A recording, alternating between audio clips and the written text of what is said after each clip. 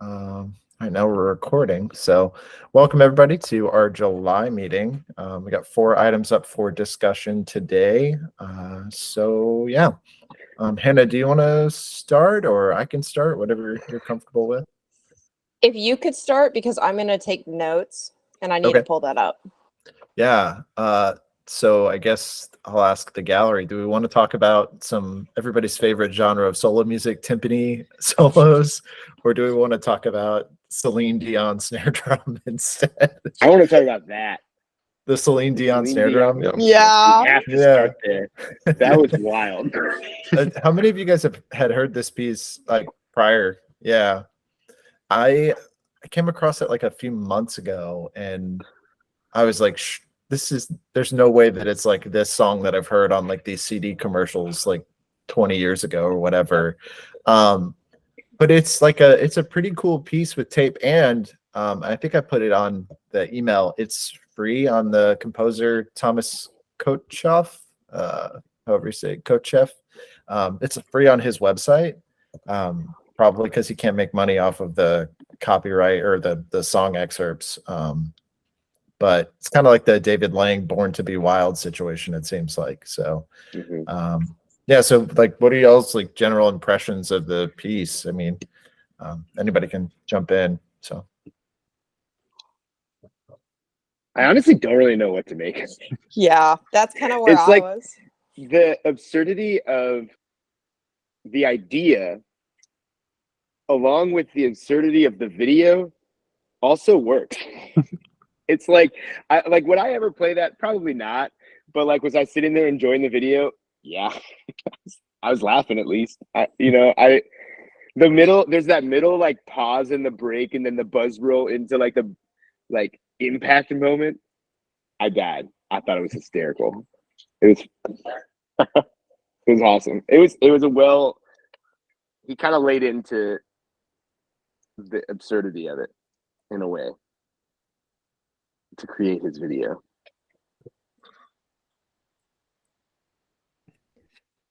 Yeah, I guess oh, go ahead, Hannah. Sorry. I downloaded the score, and it's super interesting because it's very much sounds pretty straightforward when I listen to it without a score, and then you look at it and it's a bunch of polyrhythms and other things going on. And I kind of like that it's very accessible on a first listen, but it also for the performer is going to be a challenge. There's some like really hard rhythms in there, and like I was like, I'm like, how do you? I downloaded all the materials. I didn't bother to look up there was a click track for performance, but I mean, even if there is, okay. I mean, I'm sure that makes things like way easier, but even then, I'm like, this like Gordon Stout 2 Mexican Dances level of like messed up over the bar line. Like, there's like one of the first like long passages of, a lot of notes has like a big 7 over it. And I'm like, I don't even know how you would begin to like process that, I guess. So.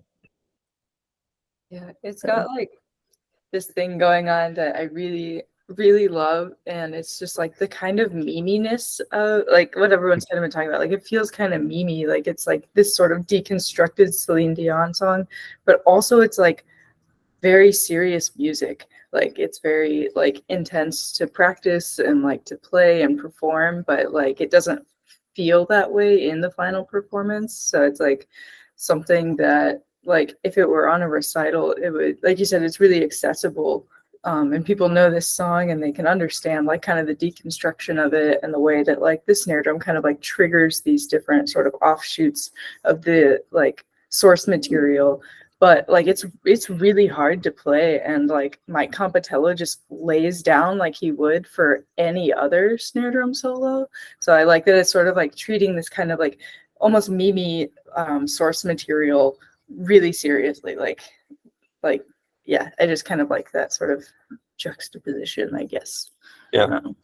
Can we just go on the Mike Compatello tangent for a sec? Are y'all familiar with his other stuff, the unsnared drum and his like Substack? So I don't know the Substack thing. He has a brand new thing he's doing that Hannah showed me on Instagram. That's like percussion, like weekly like tips or Practice. Yeah. practice tips, which has like been really cool to check out. Yeah. Yeah. So he has like 2 Substack weekly Friday morning newsletters. One of them is percussion specific practice tips, and the other one is music, very general, like very like if you think about how to cook, you will be able to play Delacluse kind of things. And like we studied with Dave Hall, and he's the same way, and he and Mike would like geek out all the time about that kind of thing and that kind of art processing. So if y'all are not hip to Compitello's snare drum work and his writing, definitely check it out, because I think it makes Power of Love make a lot of sense. Because you're like, oh, that's exactly something that he would do and something that he would be thinking about. And like he commissions all of these new like serious experimental snare drum pieces, but also like does this at the same time. Feels very complimentary. Yeah, the entire time I was listening to it, like over the past couple of days, I would just like play it over my speakers, and my partner was in the other room, and Rose was just like singing along, and I'm like, this has to be is this a joke? And I think in some ways, like certainly, because like think about performing. Well, actually, there's like this whole running conversation she and I have about like certain percussion pieces, and it seems like it's always like snare drum music, like. And I like this piece, but Ben Whalen's The Whimsical Nature of Small Particle Physics has like the sickest sounding scientific name. And then there's this like Celine Dion piece to sort of juxtapose it. And they're both kind of like, this has nothing to do with physics, or at least to me, or, and then the Celine Dion thing, it's like solo snare drum is so silly in itself, because this is like an execution or an orchestral instrument to begin with.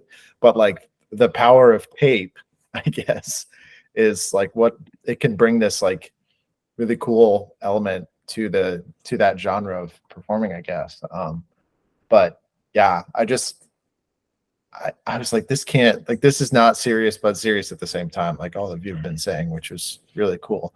I will say I have one kind of like gripe about the performances, and I think part of it's just like majority of it is like setup oriented or setup considerations, but the score itself notates like every single performance area on the drum, right? You have edge, you have center, just off center, whatever.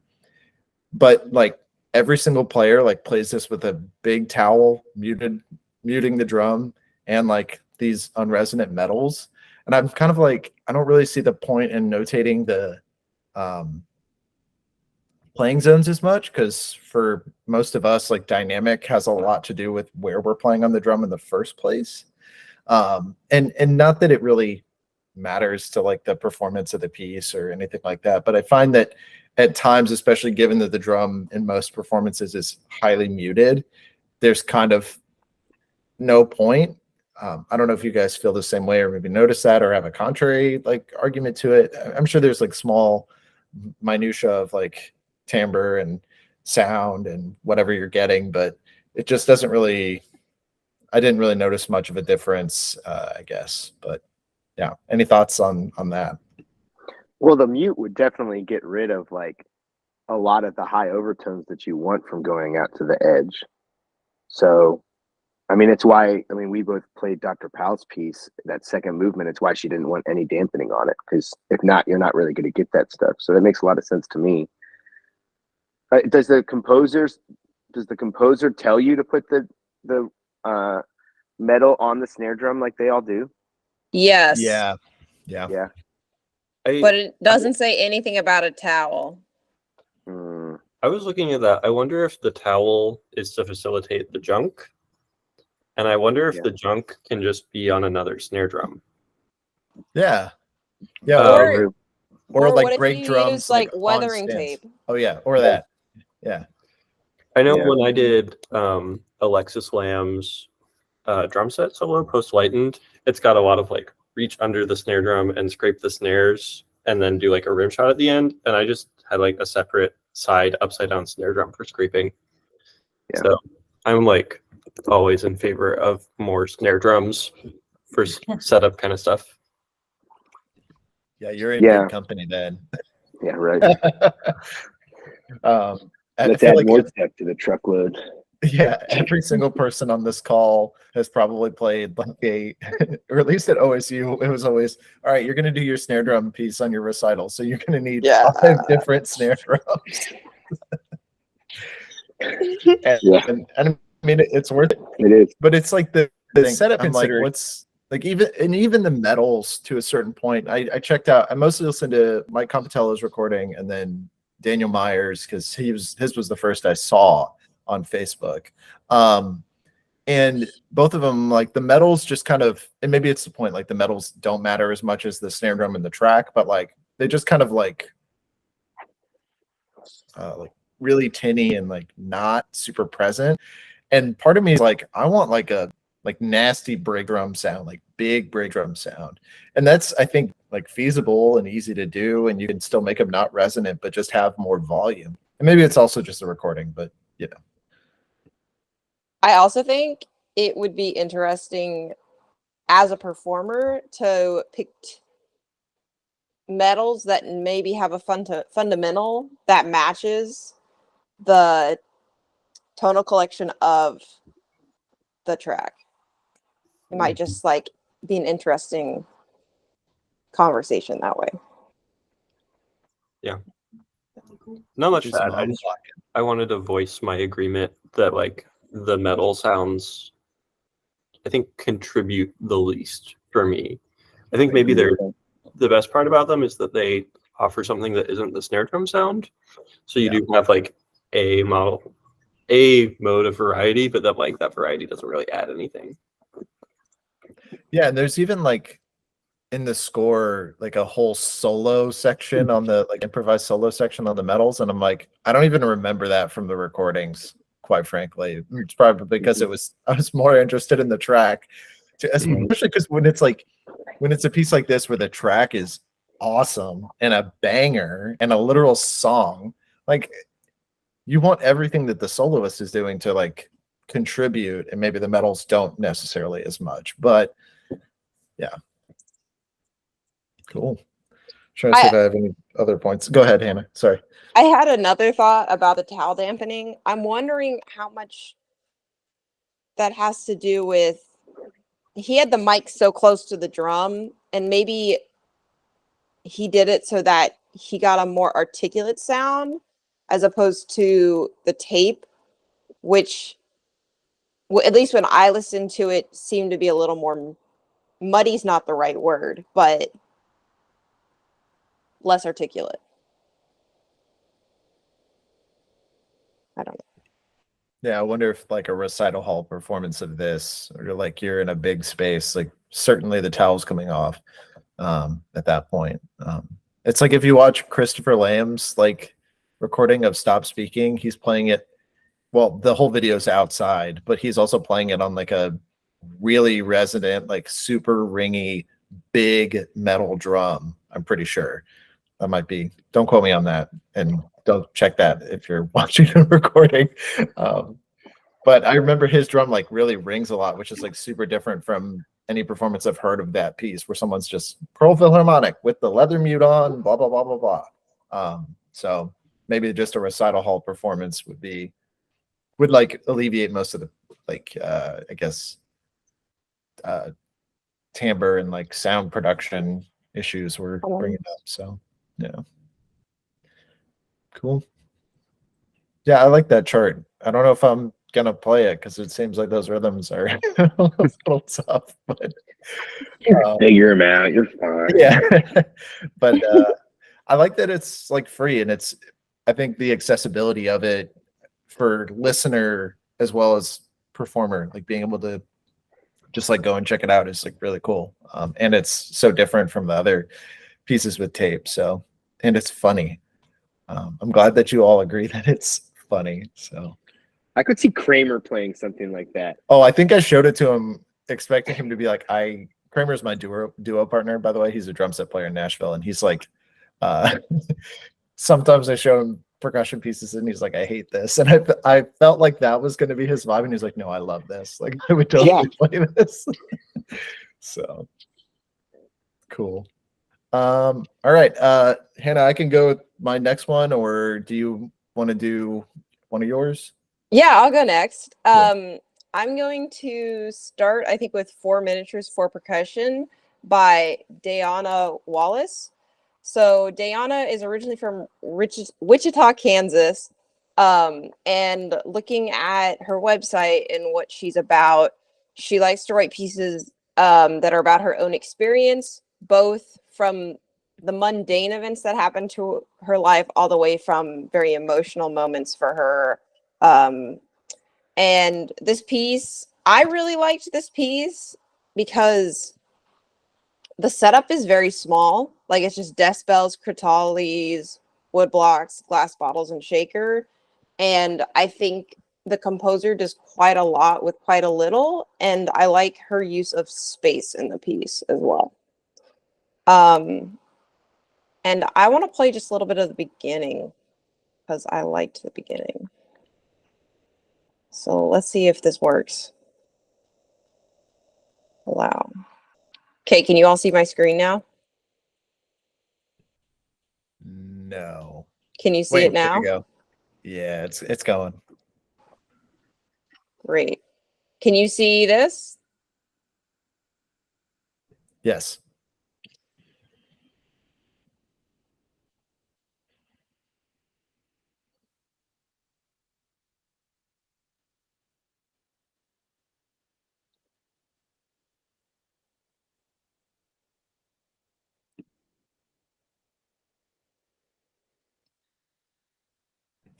It's not sharing any of the audio, at least not on my end. I have the video pulled up on my browser, Hannah, if you would like me to share. Yeah, sure. Okay. Let's try that. How long did you want me to play for, you think? Just like a minute, Okay, cool. to the point where they start adding in the other voices. Cool. Can we hear that? Yes. Great.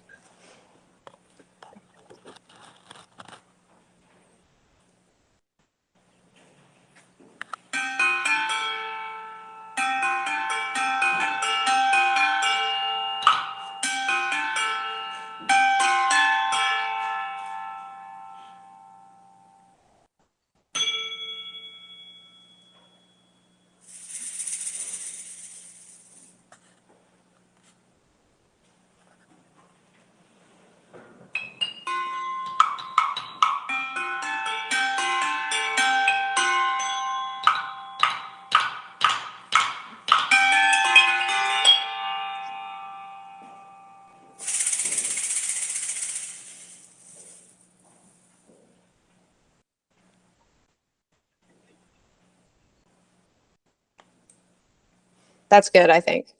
Cool. Sweet. So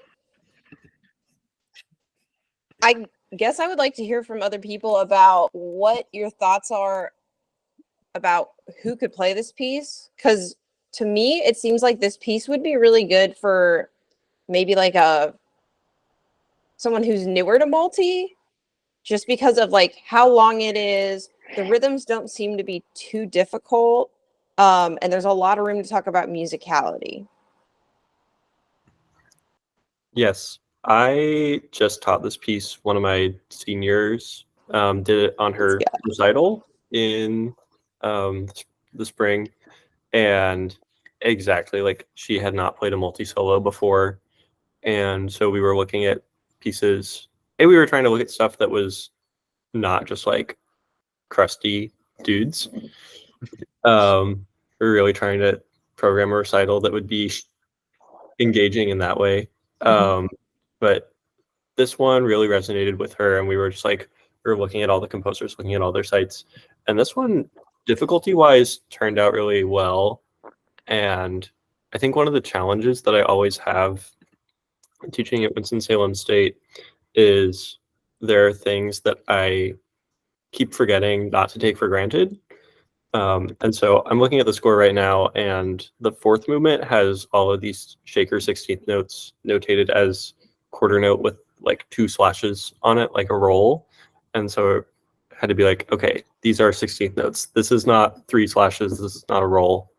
And then there's like the 2 whole notes with the tremolo marking in the second movement. And so there's a lot of, I think, notation conventions that make sense for a string player. Because I think Diana is maybe a cellist, if I'm remembering correctly. But I think that's good. I think it's really easy to play, especially undergraduate, like pedagogy minded, to play like pieces for percussion that are by percussionists that are written all in percussion convention. And this feels like it was written not by a percussionist, but like in the good way. And that it's fresh and not, it's still pretty idiomatic, but not to the point that it's not doing anything new. And then one of the things too, I don't know if y'all looked at the score at all, but it's in like keyboard notation. So every sound, whether it is pitched or not, has a corresponding chromatic note from like A3 below middle C to E at the top of treble clef. And so that was interesting because my student like did not set up the piece like a keyboard on the first take. And then we even moved some stuff around. Like I think we tried having the tempo blocks that are written under treble clef to the side or to the other side, even though it would be higher than where it's written. Or I saw that performer had it like in front of the setup or behind it, depending on where you are. But I don't know, there's a lot of stuff here that I don't think we necessarily would have talked about if we had played a drummy multi-solo. And also, I don't know what drummy multi-solo I would have given to a student who like has not played in percussion ensemble and doesn't have that kind of like preliminary multi experience. I don't know. You were at the recital. I don't know what your kind of first impression of the piece was. I liked it. I mean, yeah, it seems really well suited for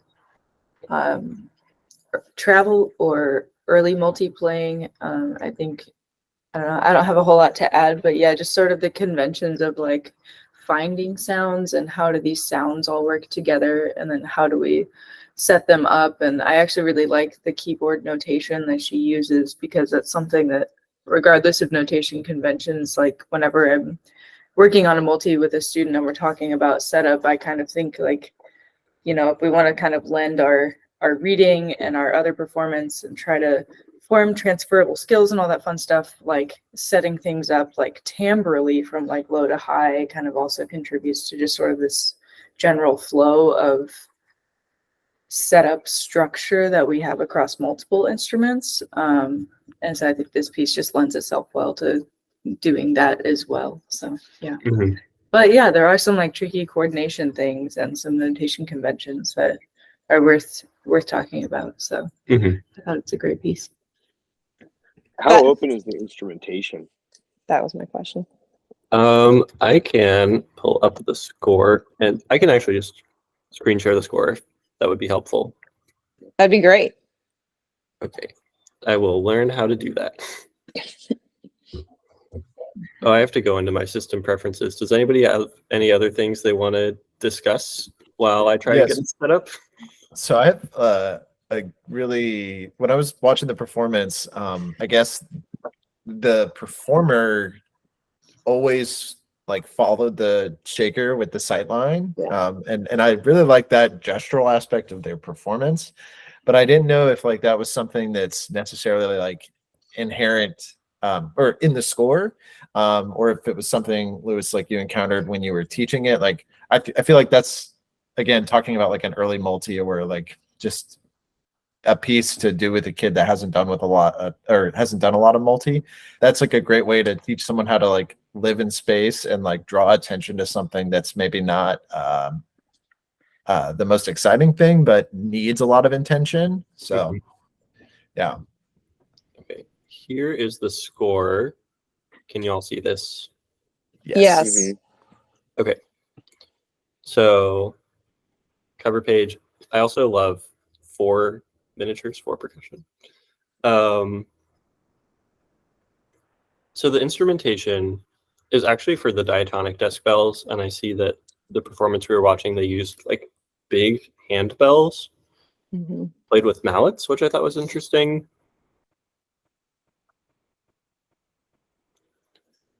Crotales, woodblocks. So this is the openness in the score given of just like varying woodblocks, varying glass bottles, one shaker, your choice of rubber mallets. I think we actually wound up using plastic to get a better glass bottle sound in particular because they were not speaking. You could do the decibels playing on the button with a mallet or playing on the button with your hand too. And then this is how the score is set up.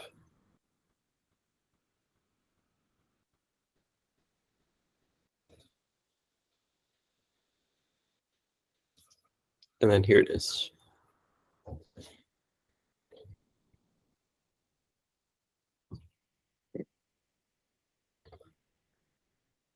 I also really like all of these are like as quiet as possible. There's audible breath marks.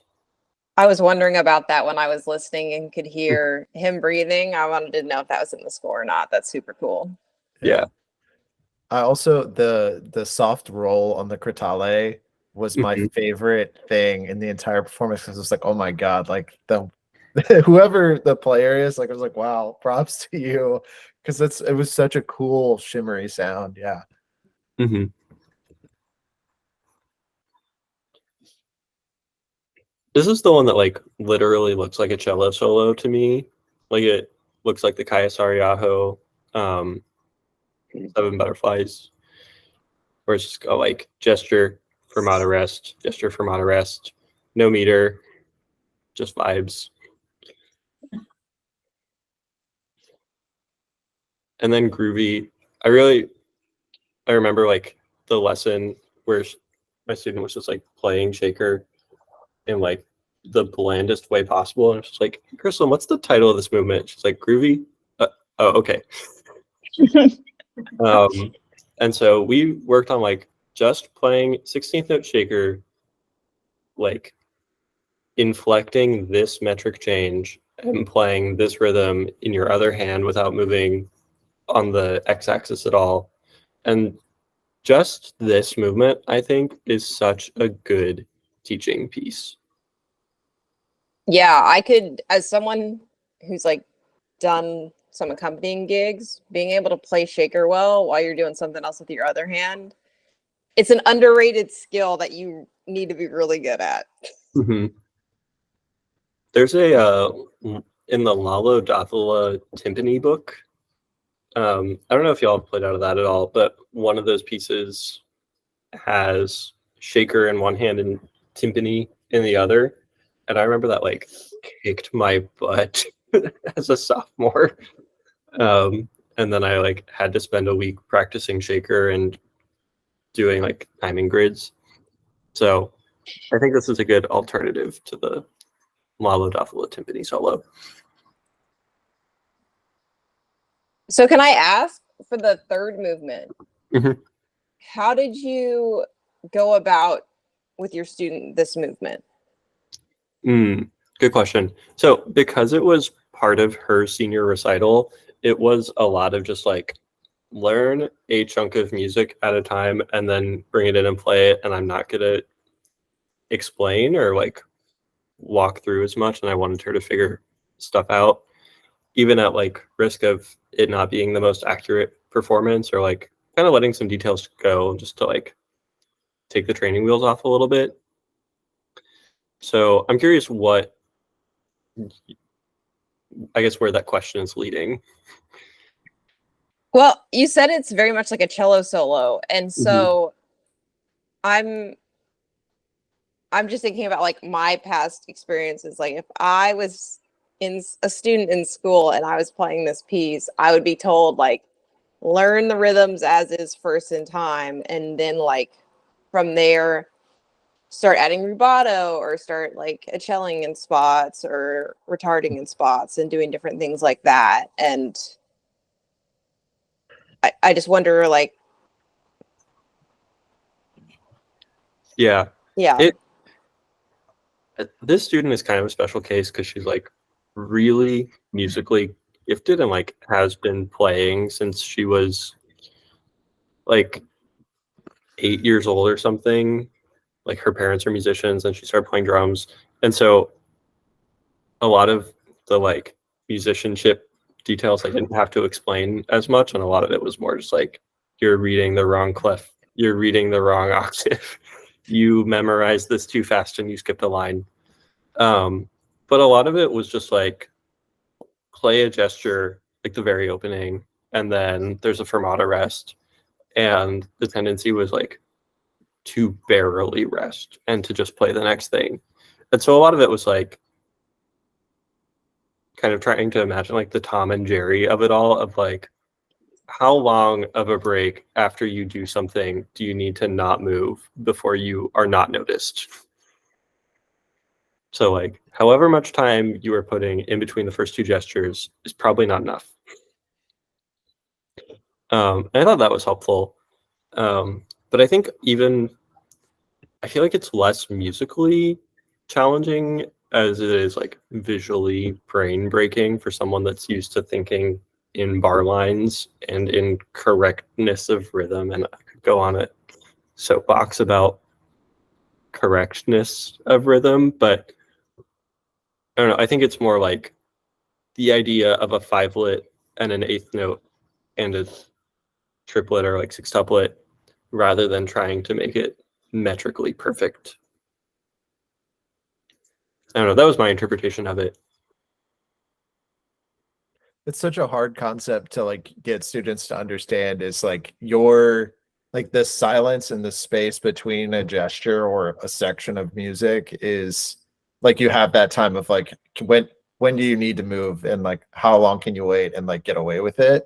Mm-hmm. And I wish I had known about this piece earlier, because I might have put it on a senior recital program this coming fall, because I worked with the same student on Ghost Garden this past spring, and she was playing it great, but it's like the timing in between each like little ending, like there's a little fermata, there's a breath mark, like what does all of that mean? And like getting her to move in space, I feel like this would have been a really good piece to go alongside that, even if it was just this movement.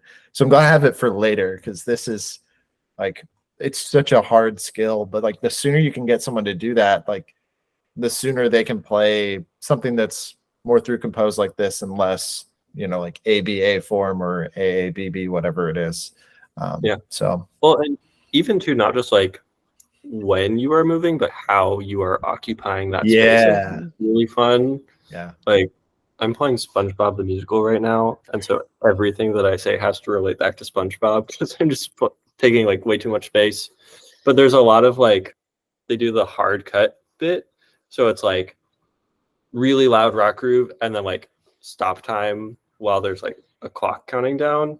And I don't know if anybody's noticed in the audience or the pit, but every time there's that stop time, I just like completely freeze over my drums because I think it's funny. And I feel like this would lend itself to the same way of just like booga-dooga-doo. Booga-dooga-dooga-dooga. I think it's there's like when you just see a marimba player do this in between every single Oh my freaking God. thing that they play to reset their grip, and I'm like, you're holding the sticks, just stop. Mhm. So yeah. I love miniatures, and I like when I write, I love writing miniatures, and I think this is such a musically rich and dense piece, especially given the length. Like, yeah. huge fan. yeah, I'm really glad that you submitted this one for discussion, Hannah. Like this is I dig this big time. Yeah. No, well, I didn't know it beforehand. I just pulled up that database that Mackenzie shared with us and picked a piece on there. Very cool. Sweet. Do you want to go next, or do you want me to go again? I'll talk about some timpani, because the Lalo Davila book, which I did not know existed, so I'll have to look at that too. But so I put in this 8 solos for 2 timpani, or I guess it's just called 8 solos for 2, and like I actually just saw Brad Meyer post about this on Facebook, asking people like, "What timpani solos do you use for grad auditions? Like that's not Carter," and the overwhelming or most common response was Delacluse.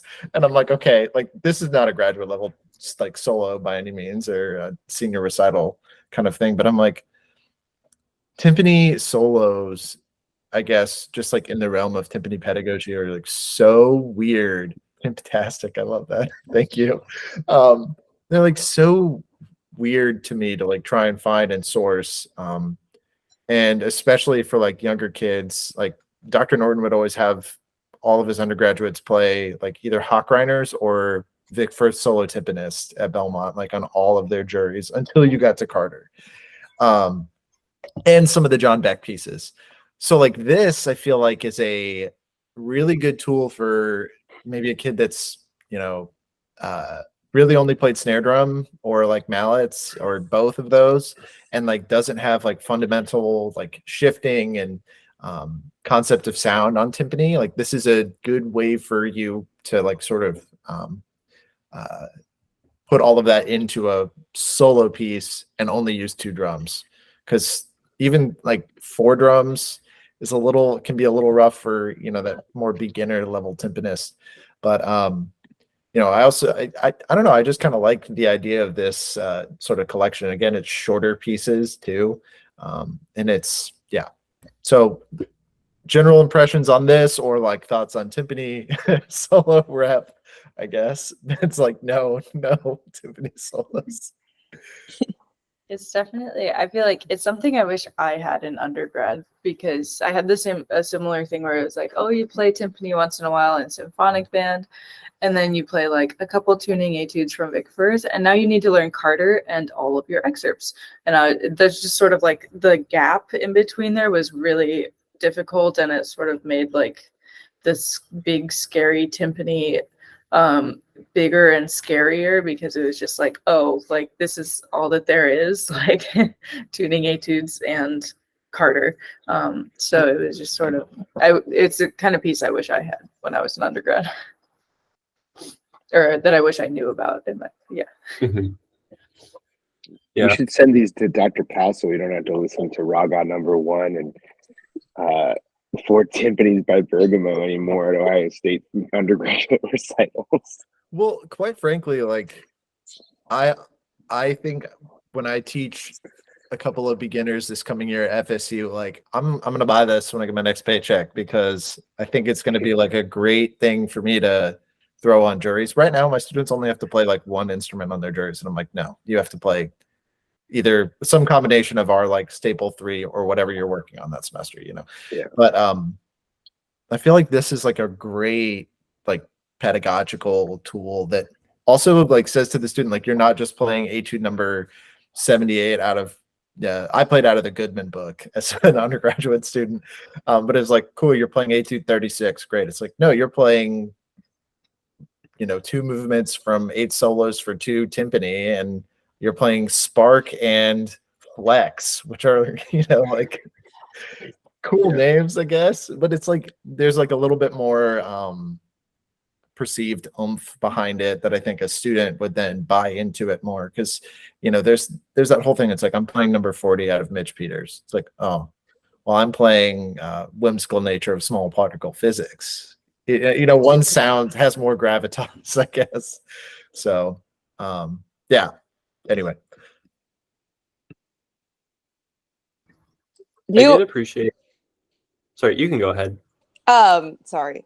Do any of these deal with like what the Carter etudes deal with, where they have you play on different areas? Because looking at the practice scores, it seems like it's more just traditional timpani playing. I think it's just traditional timpani playing. However, I will say one of the things I liked about it too is the intervals are not just, a lot of them sound like just fourths and fifths, and a lot of them are fourths and fifths, but there's a couple of them that are set at a minor third. There's one that's at a tritone, which I kind of think is cool. So you can work on like, you know, specific tuning intervals and like really focusing on like, are you getting that minor third like every time you go to play the drums?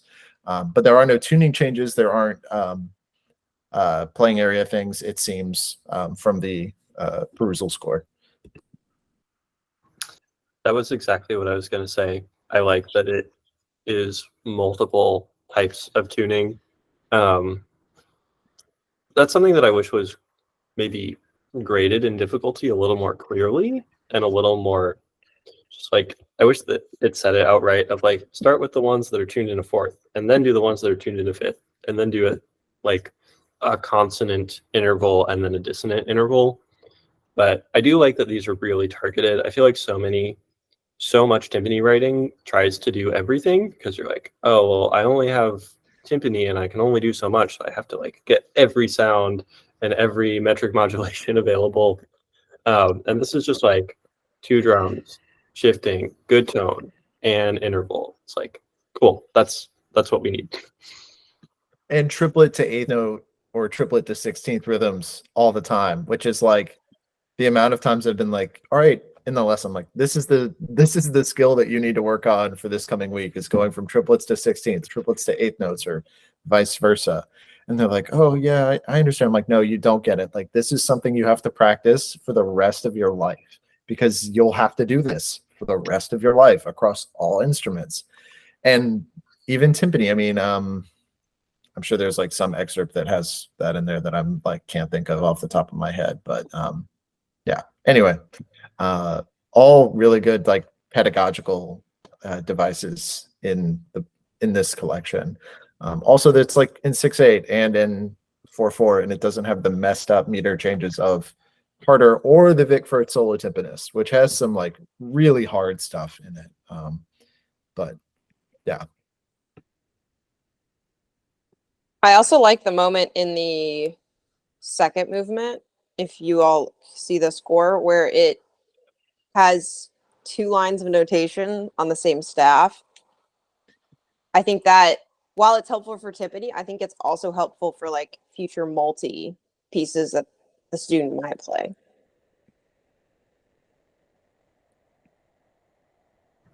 I just Googled 8 pieces for 2 timpani to try and find the moment you were talking about, and the top, like every result was 8 pieces for 4 timpani by Carter, in case anybody needed any justification of why we need to do something else.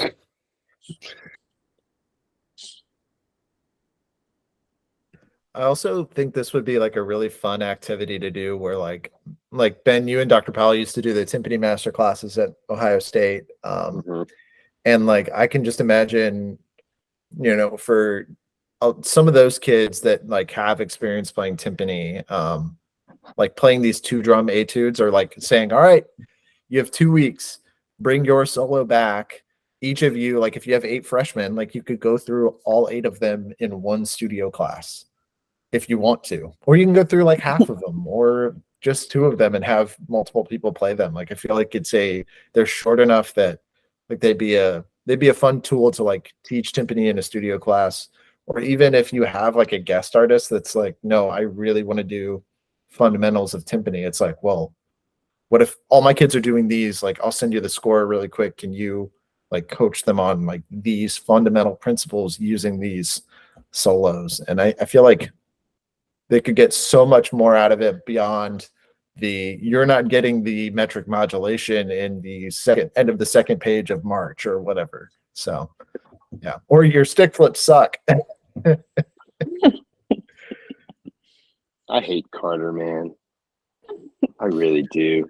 It was interesting in that same Brad Meyer like Facebook post, everyone was like, yeah, besides Carter, you know, March, improvisation, and canaries. And I'm like, I like Saeta. I think Saeta is like a great piece, and it's the first one, and maybe it's because it's like canaries but not as hard. I'm like, it's like just as good, and like there's some really like cool musical moments in the beginning of it. Anyway, I like that listen, one. all I know is when I was in my master's, I bitched enough about playing Carter for my master's recital that Dr. Powell never made me play timpani on another recital. So I did something right.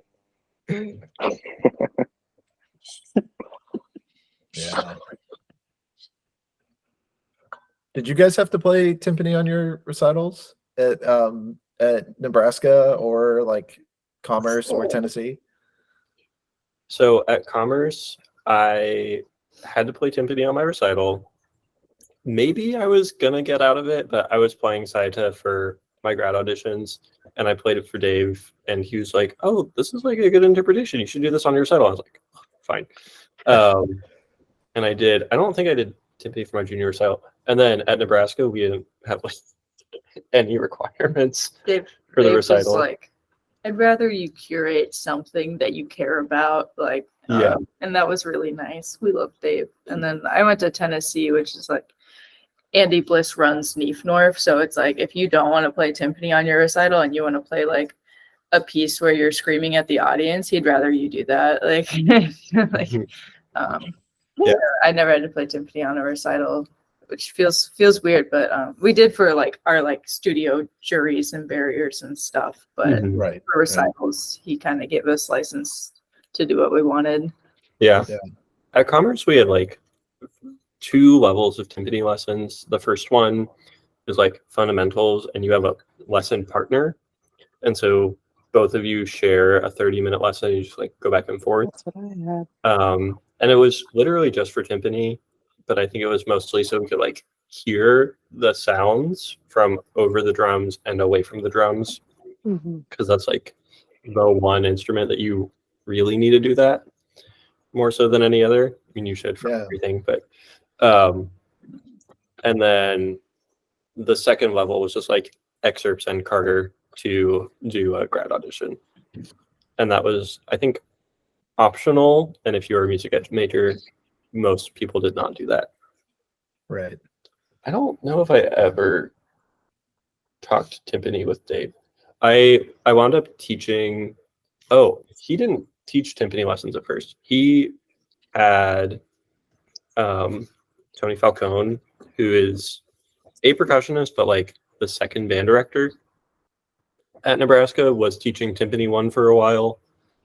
And then I asked to take some timpani lessons because I got really amped after like hanging out with Diana Loomer. But all of the freshmen had taken timpani 1 with Falcone already, so I got timpani 2 and I was teaching excerpts. I think like the only time he and I ever talked specifically about timpani was he like walked in during an orchestra rehearsal and was like, "Oh, it sounds good." So Yeah, Norton made us play timpani on our master's recitals. Like it's one of his requirements. But you know, and the same thing with the undergrads in both of their levels of recitals, they had to play timpani.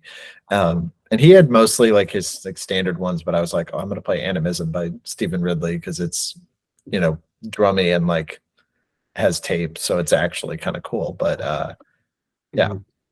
So cool. I have an idea for another one I want to bring next time. That's another timpani piece that this kid at Belmont wrote that is kind of a multi. So maybe I'll bring that too, so we can talk more shit about Carter, I guess. Anyway. I'm here for it, and I will always do it. just like can't imagine any like, imagine if in string studios they're like, I've got to play the Carter pieces now because like he wrote for other instruments. We're the only ones who have to deal with it. Have you guys seen the Stuart Mars like Carter videos or aware of this? So Stuart Mars was at Maryland, I think, or Massachusetts, I can't remember. But he recorded all of the Carter solos and put them like on a DVD and has like all his stickings and all this other stuff. And I think he starts every single solo like this and does this pose, and it's so funny. I have my stick bag right here. Sorry, I'm a big nerd, but It just is just like cool and shit out of nowhere. he starts like this, and I was telling Kramer about it because he was playing Canaries, and he on his master's recital makes eye contact with me and goes like this before he plays Canaries. Man, those of you that are, if you're listening to this recording, this is unhinged. All right, Hannah, you want to talk about your last one? Yeah. So the last piece that we're talking about today is Muse of Fire by Alexis Ulrich. So Alexis started composing at the age of 8. She's classically trained, but her influences are from minimalism, Asian music, specifically gamelan, Latin music, and then American root music. So the moment, Joseph, if you can pull it up, that I would like listen to is 514. Thank you. So I found this piece similar to the other one by using one of the databases, just to get myself more familiar with works that I do not know. And I think well, actually, let's listen to it and then I'll talk about what I like about it. Do you want me to just play for? Well, you could just tell me when to stop. Okay.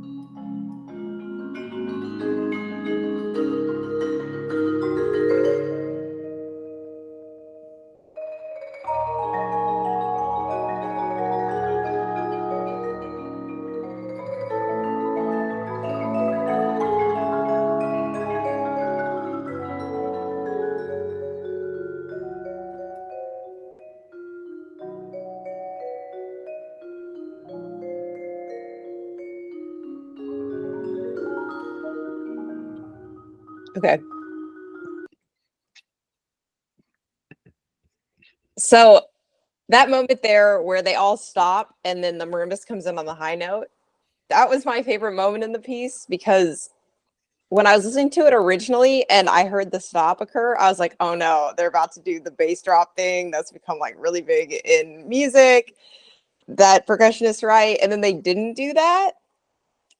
And I really appreciated it. So that's why I wanted to show that moment. But I really liked this piece because I think that overall has a very like static feel, but it's more about like the interplay between all the voices, and that's where you really hear what's happening in the story that's going on and the changing in the conversation, which I guess is probably related back to Ulrich's influence of non-Western music. I think the thing that struck me most when I was listening to it the first time was they started and I like saw that it was a mallet quartet and I saw that they all just like hung out on a chord for a second. I was like, cool, this is minimalism. And then it went on for 10 seconds. I was like, this is not minimalism, but it feels like minimalism. And I thought like that's a neat thing that happens. I don't know. I'm like less ready to accept a mallet quartet, I think, just because I am mad that we don't have two marimbas where I teach. And so I immediately like have to write it off as like, okay, can't play this. So like no need to get too psyched about it immediately. But I don't know, it was like an interesting take on mallet quartet, but I don't know if it's like far enough from mallet quartet for what I would want to hear, which isn't a criticism of the piece, more just like my desires. I agree, because it's kind of like Mark Mallets to me. Like I heard like Gravity almost not like immediately, but like there were some similarities, I think, but less I guess less repetitive than not to say I like Mark Mallets' pieces, like they're cool and everything, and they definitely like fit a certain bill on the program, but this kind of reminded me of that, and I was kind of like, okay, like kind of heard things kind of like this, but definitely changed my tune as I listened further. So Same. I think like similarly, I started with like, okay, we got some like Astonati stuff. Like it feels like it's really like paying homage or kind of pulling from like the Steve Reich Mallet Quartet stuff and the Mallets stuff. But like honestly, around the same spot that we listened to is when I was really like, okay, this is cool. This is something different. Like this does sort of like start to branch off into its own thing. And I think for me, what caught me was, you know, kind of separating it from that was a lot of the vibraphone textures with some of the rolling and stuff seemed really intentional. And I think I just thought like it worked for me in the end. Like I was a little skeptical at first because it did start, with like the marimba ostinati, and I was just like, okay, cool, like Mallet Quartet, here we go. But then I warmed up to it as it went on, definitely, and ended up really liking it by the end. It's funny. Go ahead. Oh, you can go. I was gonna say it's funny because I feel like we all had the same thought, because even I felt that way when it started. I was like, okay, is this gonna be just the same thing that we've heard a million times? But I think she does a really nice job of putting her own take on it. I kind of wonder how, like, if I were to program this piece or if I were to perform this piece, that is the thing that I would be wary of, is like trying to avoid the connotation of the Reich Mallet Quartet from the get-go. And I wonder how many of those things you could like take liberties with so that it doesn't sound like that. Like, I wonder if there's room for more flexible rhythmic interpretation. Like if it starts really loose and wavy, like the second movement of Mallet Quartet, and like, I don't know, every Mallet Quartet I've ever seen has the same setup of like marimbas, vibes, and I wonder if we just like stack the marimbas and stack the vibes opposite instead of having this symmetrical setup, just literally for the sake of, I mean, have the left side marimba actually have the low end face the audience as is custom, but also just to make it seem different and read as something that's not Reich, because I feel like so many of us are just like, oh, immediate connotation, immediate judgment call. The first two notes confirm that, even if the next 100 don't. And so like, how can you avoid that audience write-off? Well, and I wonder too, like how often does it get programmed right next to the Reich Mallet Quartet or right next to a Mallets Quartet? Like I would bet that it probably does because of the setup, because like it's something accessible, that it probably does like have that context frequently when it gets programmed. I don't want to assume for everybody, but that probably happens a lot. So are you saying like, how do you like kind of like let it stand on its own programmatically? I think that's the other thing too, is like half of me wants to see it on a program of all Mallet Quartets so it can be different from the Reich, and half of me wants to be like, if I were teaching a percussion ensemble program and I programmed 2 Mallet Quartets back to back, I would like immediately resign from my job, because I would not want to deal with all of that and like hear that on a concert when we could be like hitting hi-hats or something. Right. So I think, would it be too simple to suggest, and I'm looking back at the setup. Wait, no, that's the wrong video. I'm looking at the setup and I see 2 pairs of mallets per person, and they're holding 4 the entire time. And like, this is, I'm reflecting now. I'll get to the piece in a second, but like, we played a marimba quartet when I was an undergrad, and Dr. Herring had me play with like 3 different sets of mallets on that quartet. And some of the changes were like real quick, but he was like, for this section, you have to have more core sound. You have to do this. You have to do this to like kind of give more variety and like texture to what is essentially like, minus the pedal of the vibraphone. Like marimba and vibraphone are a very similar texture, right? So how do we break that up? Throw more mallets at it. And like, these players have time to switch, and maybe they don't need to, or maybe there's an issue of range. Like Cameron has that one lick that's up and down the board, and maybe he really only has 1 mallet that like works for that. But what about the rest of the piece? Like, to, you know, bring out like more bite or whatever. It was the piece that we played when I was an undergrad was this marimba quartet called Not What I Expected. Do you guys know this piece? It's by like, I think his name is like Mark Goodenberger or something. And it's like very like it sounds very like a marimba quartet. And then there's this entire section where you play with your fingers, which is kind of cool. And again, just like gives variety. But it was like a really like awesome exercise. And you have to make this sort of stand on its own from, I guess, for that piece, like mallet quartet or like vespertine. Vespertine's so different anyway, but I won't get on that soapbox. Or to get on that soapbox, that's what vespertine does well, is like the variety, and his second marimba quartet, but that piece is way too hard. Retweet. That piece is really hard. Yeah. Wait, have you guys played the second marimba quartet? Oh my god. So It's hard. not It's so good, but it's just hard.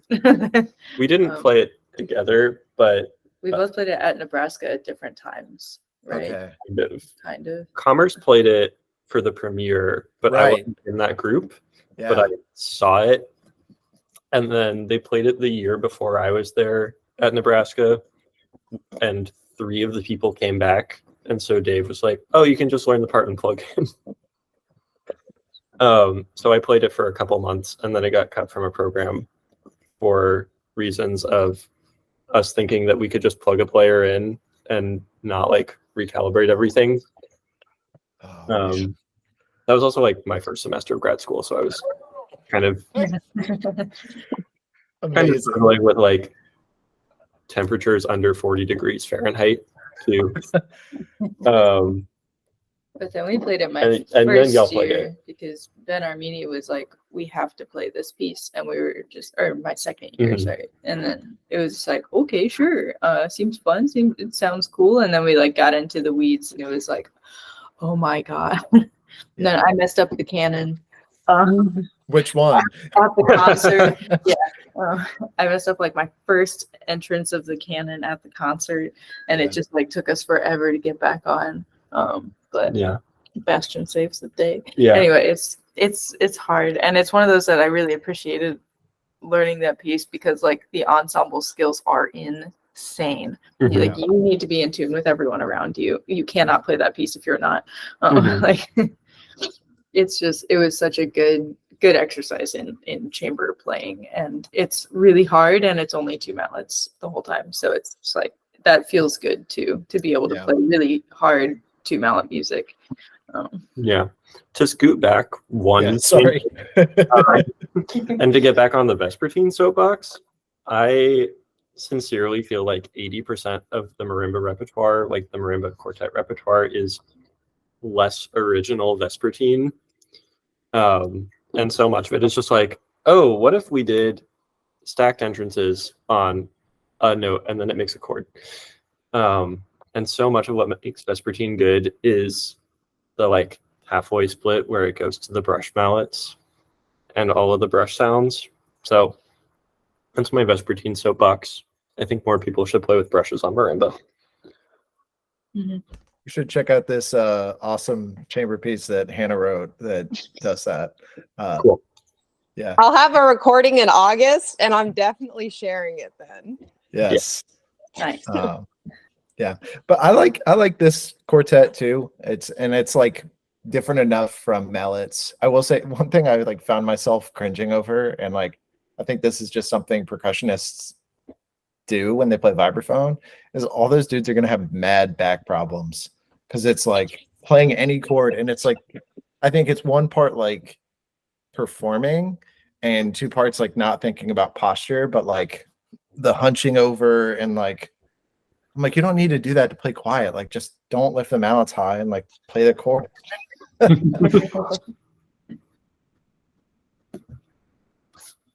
This also, I'm glad that you submitted this piece because I'm going to share another mallet quartet next week, and this like really got me on the like, oh, I need to think about like this makes me think about this mallet quartet. We should talk about this mallet quartet.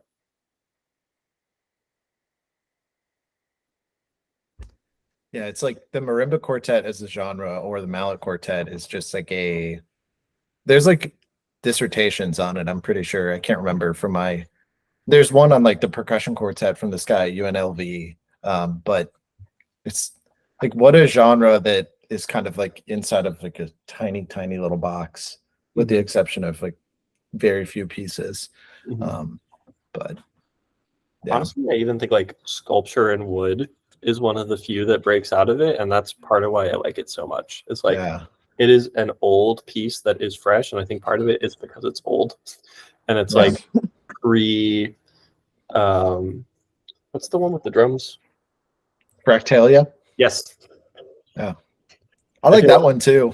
I like Fractalia too, and it like does something else that like adds another timbre, but I think like it keeps getting like abstracted and reduced from like Vespertine to Fractalia to like Refract by Andrew Venet, and it like just kind of keeps coalescing around like one note stacked entrances. Yeah. The Mike Burritt Marimba Quartet, I don't remember the name of it. It's there's like a recording from a few years ago that the Eastman kids put out, and it's like literally Vespertine formations without brushes. And it sounds cool. Like there's some really cool harmonic things in there, just in case someone who's listening to this recording goes and tells Michael Burritt that I said his piece is a ripoff. But yeah, it's kind of all the same thing, but yeah. Well, and I mean, like, to every composer's credit, it's an articulate harmonic instrument, and so like it makes sense to write that way, and it works really well for the instrument. Are y'all familiar with Peyton McDonald? Yes. So he is basically just trying to reinvent the marimba sound. And so he has like all of these different experimental mallets, and basically a lot of it comes down to like playing things that are not traditional Western harmonic music on a traditional Western harmonic instrument, which is really fun. He has like this one mallet that's like a stick and then a bunch of ping pong balls on string, and so they just go everywhere, and he calls them the stochastics. And he'll do like a lot of like that kind of like gestural improvisation and gestural composition that I think breaks the marimba out of the box. And then he gets a lot of hate comments from boomers on orchestral percussion talk and all marimba players.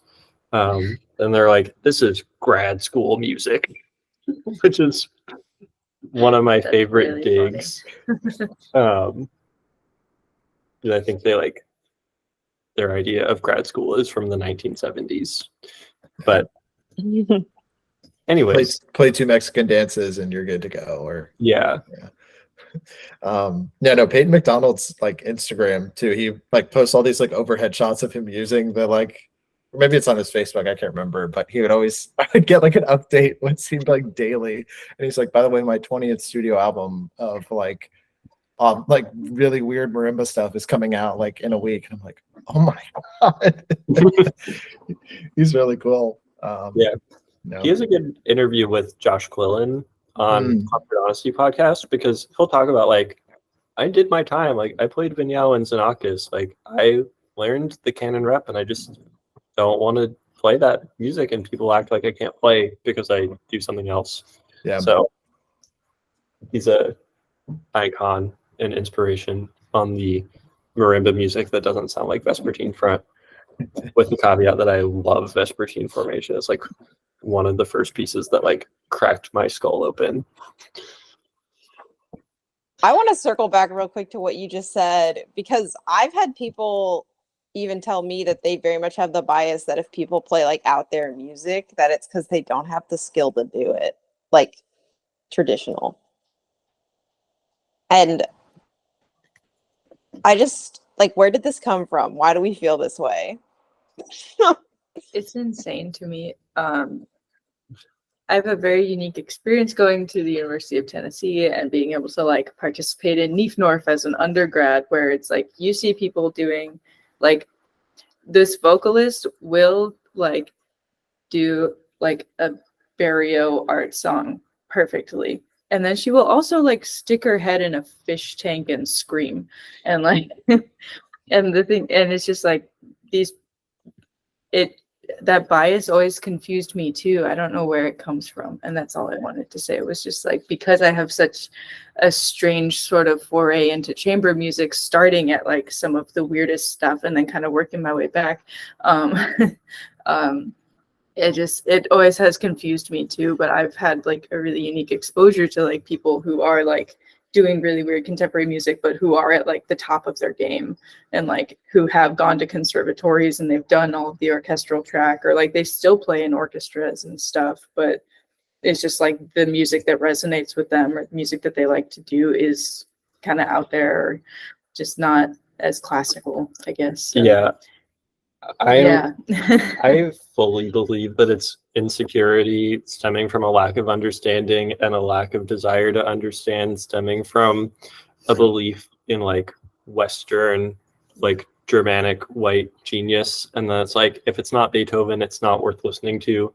And if it isn't Beethoven and it's Brahms, it might be worth listening to. But besides that, like, it's not good. Yes, there are things that make some aspects of 20th century music hard to approach. And part of that is like a chronological approach to teaching music theory, where you don't get to teach any 20th century techniques until the semesters run out, and also teaching a chronological approach to music history, where you run out of time in the 20th century, and then bands and orchestras and juries teaching to orchestral auditions, and orchestral auditions feeding off previous orchestral auditions, because that's the rep that you're going to play. And so everybody needs to know how to play Beethoven 5 without rehearsing. And it's just like a self-feeding cycle in a lot of ways. And I think like the nice thing about percussion teaching is that you have to teach new rep. Like you have to teach recent rep, because all of our music comes from the most recent century. And that's a good way to get people on board and kind of like backfill with earlier music rather than the other way around. But yeah, I don't think that there's any reason why people would think it's a skill issue if you're playing experimental music rather than tonal classical music. And I think, you pick your battles. Like part of the reason why it's easier to program Child of Tree on a recital than Hop is because you're not going to miss notes, but like also the preparation of those pieces is time consuming, and the thought that is not prescriptive in the score is time consuming and requires creativity. And I think people discount thought because it's not verifiably true or false. And you can't see it. And you can't see it, and you don't know that it's there, and we don't have object permanence. Sorry, you got me on like one of my favorite soapboxes. I think the way you described it, Lewis, is like percussion education being like the opposite of theory and history, where it is like nonlinear. It is that backfilling.